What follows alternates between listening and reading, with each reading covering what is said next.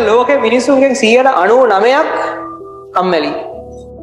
ලෝකෙ මිනිසුන්ගෙන් 100%යි මහන්සියලා වැඩ කරන්නේ.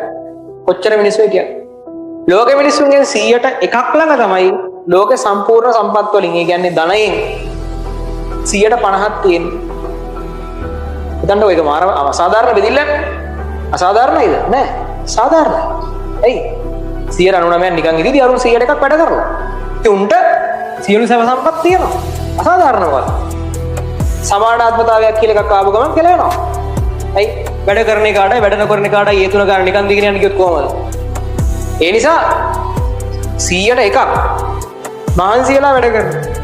99%ක් මහන්සියලා වැඩ කරන්නේ නැහැ. මහන්සියලා වැඩ කරන එකාට ඒකේ ප්‍රතිඵලය අනිවාර්යෙන් හම්බ වෙනවා.